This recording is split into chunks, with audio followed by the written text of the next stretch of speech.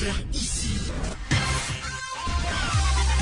Encore un hit que vous avez découvert. Ivoire TV. Ivoire TV.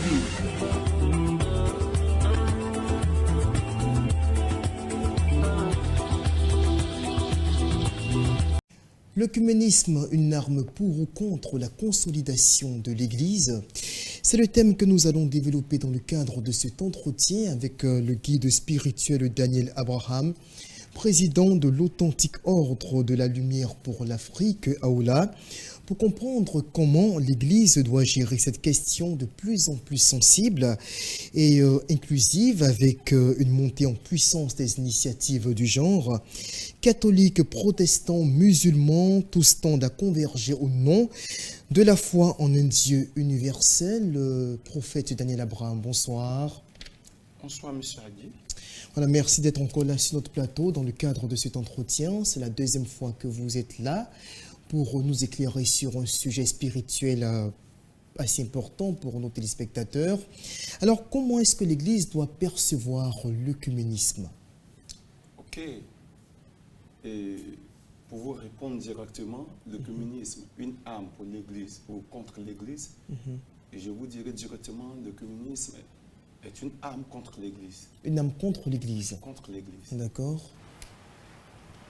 Elle est une arme contre l'Église dans la mesure où il y a plusieurs bâtiments appelés Église, mais les doctrines enseignées, le message véhiculé dans ces soi-disant Églises ne sont pas des messages qui sont basés sur la véracité de la parole du Seigneur. Certaines Églises sont attachées à la vérité et d'autres ne sont pas attachés à la vérité. Le concernant spécifiquement l'œcuménisme, je veux dire la fusion des croyances au nom d'un Dieu universel qui sont justement, enfin, c'est une sorte de jonction entre les mouvements monothéistes qui disent croire en un Dieu unique. Est-ce que vous pensez que justement à ce niveau, ça pose problème, que cette façon de voir les choses est une arme justement contre l'Église? Dans la forme, cette façon de voir les choses n'est pas une arme contre l'Église, mais dans le fond, c'est une arme contre l'Église. C'est-à-dire? Dans la mesure où il y a plusieurs églises, mais chaque église a ses doctrines, chaque église a ses pratiques. C'est vrai que c'est le même Dieu qui est prêché, mais quand on rentre au fond, il y a des doctrines qui sont différentes. Alors, je ne vois pas, et certaines personnes, laisser les doctrines pour véritablement épouser des doctrines de d'autres églises. C'est là le problème. Sinon, dans la forme, c'est une belle initiative, mais dans le fond, je dirais que c'est impossible. Bon, là, ce dont on ne parle pas strictement de la vie entre les églises, on parle de façon plus générale de disons, du croisement des religions. Je parle de religion protestante, de religion à un degré moindre catholique, même si tous sont partis de la même famille chrétienne. Je parle de la religion musulmane, disons, je parle de religion monothéiste, qui disent avoir un Dieu unique, croire en un Dieu unique. À ce niveau-là, est-ce que l'œcuménisme, je veux dire le croisement entre ces différentes croyances, ces différentes religions-là, est un facteur qui joue en faveur de l'Église ou qui joue contre l'Église? Je ne parle pas tellement disons, du croisement entre les différents groupes ecclésiastiques. Oui, mais à ce niveau, il y a également un problème. Parce que quand vous prenez les méthodistes, ils ont une feuille de route spirituelle. Quand vous prenez les catholiques ont une feuille de route spirituelle. Quand vous prenez aussi les églises évangéliques dites indépendantes, ces églises aussi ont une feuille de route spirituelle.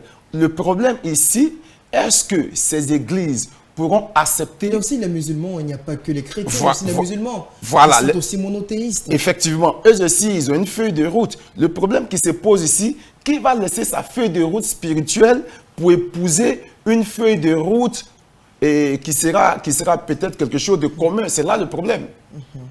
Voici le problème. Sinon, dans la forme, c'est une belle initiative, mais dans le fond, c'est quasi impossible. En quoi est-ce que c'est une belle initiative? Vous voulez dire que c'est quelque chose qui, à votre sens, dans la forme, si on se situe là, peut aider justement les chrétiens de façon spécifique à croître dans leur foi avec Dieu, le fait de se joindre à d'autres types de croyances qui ne partagent pas forcément leur façon de percevoir la notion de salut? Au fait, le problème, c'est la mauvaise mise en pratique de la parole ou les faux enseignements qui sont véhiculés. Parce qu'il y a l'enseignement vrai, il y a l'enseignement aujourd'hui qui est façonné par les hommes. À ce niveau-là, quel est l'enseignement vrai au niveau de l'œcuménisme de façon stricte?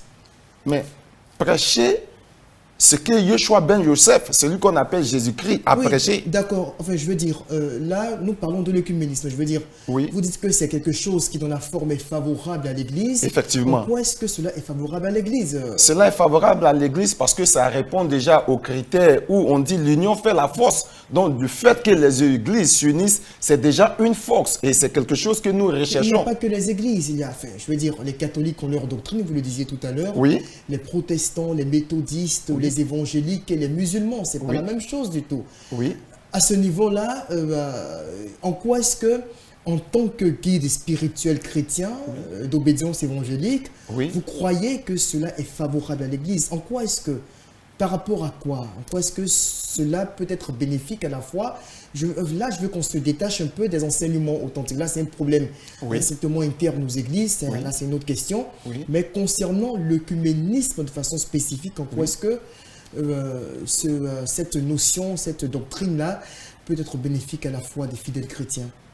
Dans un premier temps, ça permettra aux chrétiens de s'aimer véritablement. Parce que nous pratiquons, et je pourrais dire l'amour, mais c'est l'amour qui est superficiel. Aujourd'hui, les chrétiens s'aiment en fonction des religions. Quand tu ne fais pas partie de sa religion, quand tu ne fais pas partie de son église, et l'amour qu'il a pour toi est inférieur par rapport à l'amour qu'il a pour une personne avec laquelle il est dans une même église. Donc, sur ce point, il y aura une cohésion. Donc, l'amour sera véritable. Et dans le deuxième aspect, l'union de ces églises permettront véritablement aux uns et aux autres d'avoir une même vision et de s'entraider mutuellement et de se soutenir mutuellement. Une même vision, c'est-à-dire quand on n'a pas la même manière d'appréhender le salut. Avec les musulmans, par exemple, les catholiques, les évangéliques, c'est vraiment pas la même chose. Ça semble utopique même de songer à une sorte disons, de synergie constructive. En quoi est-ce que cela peut se faire? Avoir une même vision, qu'est-ce que vous entendez par vision? D'abord, M. Hadji, vous devez savoir que toute chose a une origine, toute chose a une base. Et l'œuvre de Dieu dans laquelle nous sommes a une origine, a une base. Alors, si nous voulons réellement être unis, je pense très bien qu'Israël est là. Et Israël est mieux placé pour nous donner la doctrine véritable qu'il faut pour que nous soyons unis. Parce que toutes les religions tirent leurs sources de la Torah juive. Toutes les églises tirent les sources du judaïsme. Partant de ce fait, Israël est le garant de la religion, Israël est le garant de la spiritualité. Donc Israël est mieux placé pour nous dire qu'est-ce qui est vrai et qu'est-ce qui n'est pas vrai. Mais aujourd'hui, le problème que nous avons, pourquoi dire que nous avons un même Dieu et nous avons des pratiques différentes? En ce moment, il y a une grande question qui se pose. Est-ce que nous prions réellement le même Dieu? Parce que si nous prions réellement le même Dieu, je pense très bien que nous allons avoir une même vision, nous allons avoir les mêmes pratiques, nous allons avoir la même manière de comprendre. Mais aujourd'hui, c'est difficile. Du moment où quelqu'un te dit qu'il est évangélique et l'autre te dit simplement qu'il est catholique, c'est fini. C'est une guerre. Parce que chacun trouve... tout à l'heure Oui. que de prime abord, l'œcuménisme est avantageux pour l'Église. Oui. Dans le sens où cela permet, cela favorise l'union des Effectivement. croyances. Effectivement. L'union des croyances. Bon là, à vous écouter, on se rend compte que l'œcuménisme finalement ne peut que présenter des formes ou des intérêts qui n'arrangent pas forcément les chrétiens dans l'évolution de leur foi.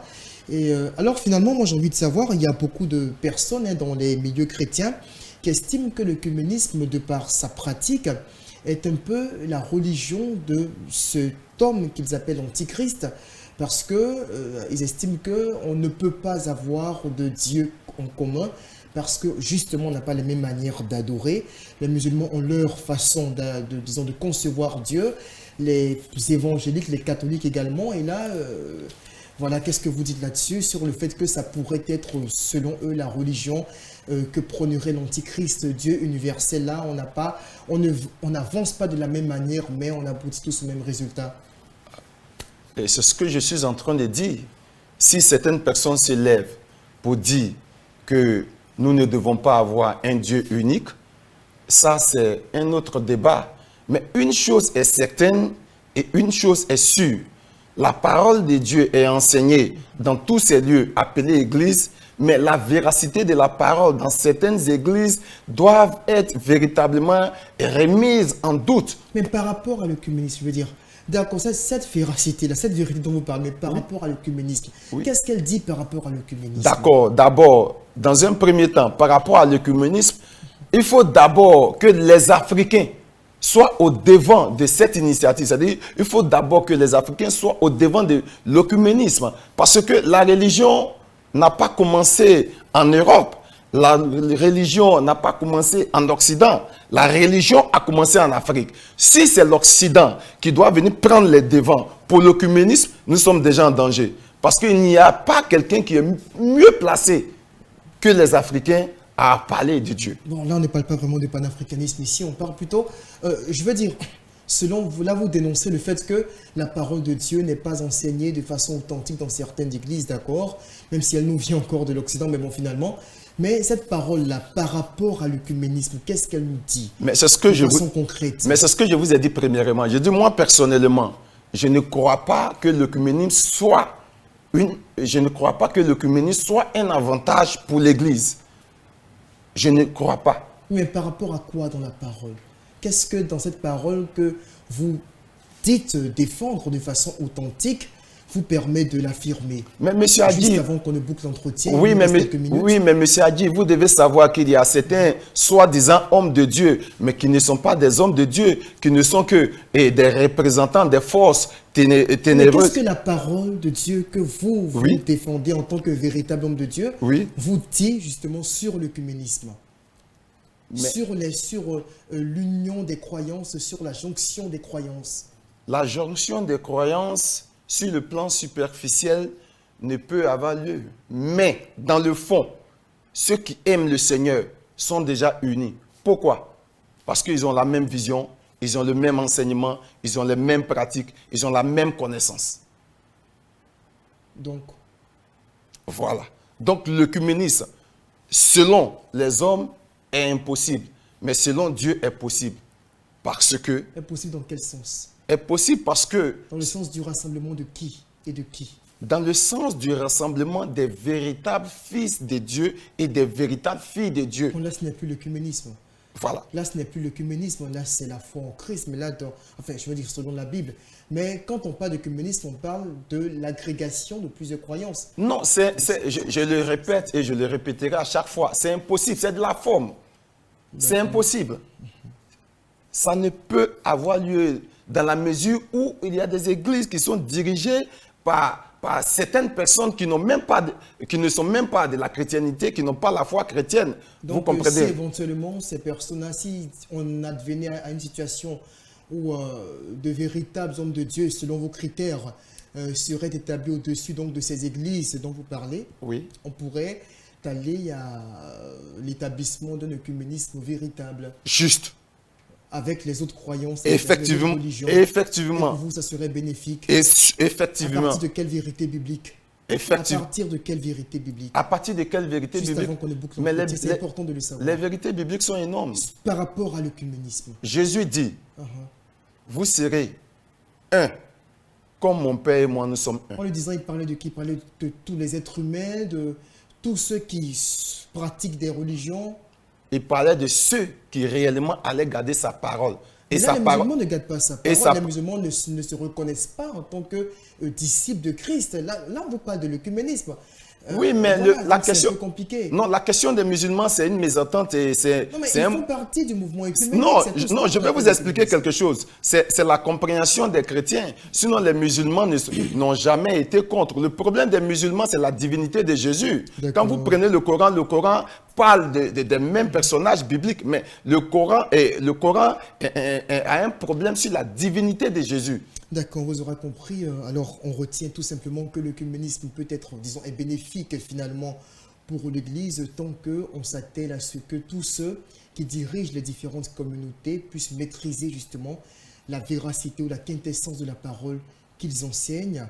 Le temps qui nous est imparti est malheureusement consommé.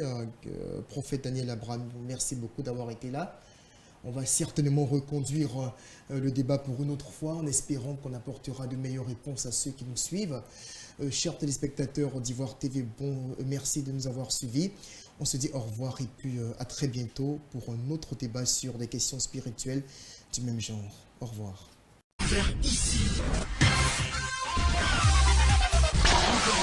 Que vous avez découvert Ivoire TV. Ivoire TV.